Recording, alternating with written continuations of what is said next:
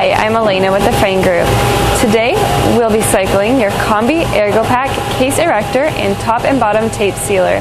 The erector is currently set for 3-phase 480 volts and the top sealer is currently set for single phase 120. We recommend reading the manual in its entirety before powering on the machine.